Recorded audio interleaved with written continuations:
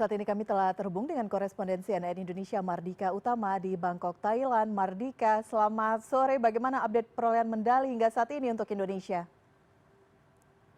Ya, selamat sore Elvira. Jelang penutupan SEA Games pada hari Sabtu besok, Indonesia saat ini total sudah mengemas 88 medali emas, kemudian ada 103 perak dan juga 117 perunggu. Dan dengan raihan 88 medali emas ini, maka Indonesia sudah melebihi catatan capaian emas Indonesia di ajang SEA Games sebelumnya di Kamboja tahun 2023 lalu.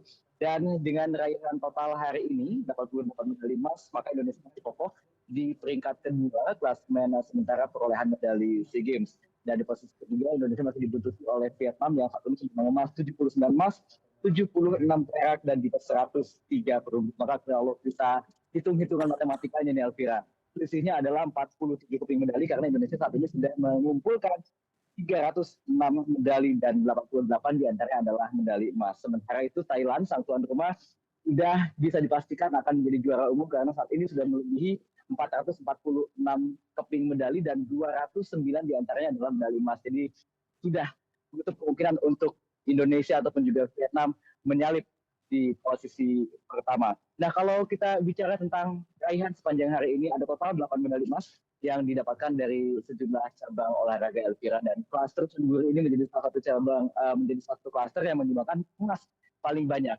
Terbaru ada timnas triathlon yang mana ada 2 medali emas yang dipersembahkan hari ini baik dari nomor men's single maupun juga dari women's single. Kemudian ada Dragon Boat yang juga menambah dua keping medali emas dari nomor men's small boat 500 meter dan juga mixed standard boat 500 meter. Dan dari Chonburi, voli pantai juga menambah medali emas. Dan baru saja tadi kami mendapatkan informasi bahwa Brian Bratakulen mencatatkan namanya sebagai peraih medali emas di cabang equestrian nomor jumping individual. Dan dari Bangkok, tadi saya juga mendapatkan informasi bahwa tim nasional putra untuk cabang olahraga hoki baru saja mengalahkan Malaysia di partai final. Itu artinya emas ke-88 adalah milik Indonesia. Dan tadi pagi dari Bangkok juga tambahan emas datang dari duo petenis andalan Indonesia, Aldila Suciadi dan juga Jenis Chen yang sukses mengandaskan perlawanan wakil tuan rumah dengan 2 set langsung. Tadi Dila dan juga Jenis mengalahkan Manansaya Samangkoeo dan juga Pipwech dengan skor 6-2, 6-1 sekaligus menjadikan emas ketiga untuk cabang olahraga tenis sepanjang gelaran SEA Games tahun 2025 ini.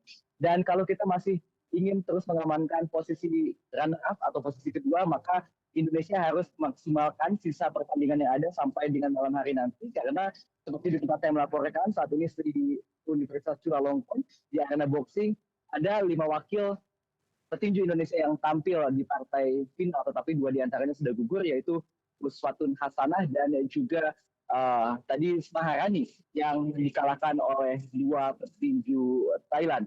Dan masih ada 3 lagi petinju Indonesia yang akan tampil hari ini di nomor putra, ada Asriuddin, kemudian juga uh, ada beberapa nama lainnya yaitu Michael Muskito dan juga Vicky Tahumil. Dan jangan lupa sore hari nanti juga tim putra maksud saya di nomor voli indoor dia akan bertanding di partai final melawan Thailand. Kemarin tim putra baru saja menang laga semifinal secara dramatis dengan skor 3-2 melawan Vietnam dan memastikan satu tempat di partai puncak. Jika Indonesia tim polinya bisa memenangkan laga malam hari nanti, maka ini akan mengulangi kesuksesan di SEA Games Kamboja 2023 lalu.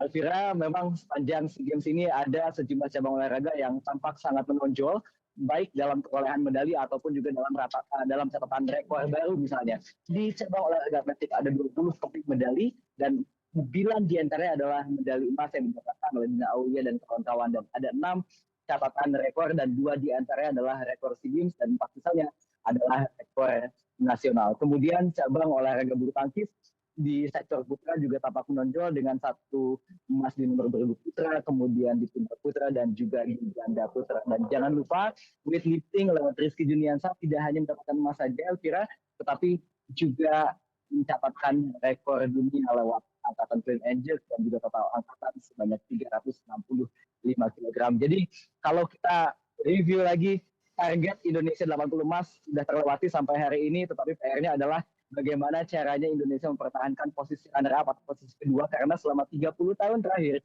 ketika Indonesia menjadi tamu di ajang SEA Games belum pernah berada di posisi kedua atau menjadi runner-up, dan itu terjadi terakhir kalinya adalah pada SEA Games tahun 1995 di Chiang Mai. Maka jika hari ini Indonesia bisa memastikan atau bisa mengunci posisi runner-up, maka Indonesia mencatatkan sejarah baru. Dan juga banyak kalangan yang menyatakan bahwa ketika ajang multi-event seperti SEA Games atau Asian Games, tim tamu yang menempati urutan kedua adalah juara sebenarnya. Elvira, kembali ke Anda. Oke, kabar yang cukup menggembirakan, tapi kita tunggu nanti seperti apa sampai hasil akhirnya. Mardika Utama, terima kasih langsung dari Bangkok, Thailand.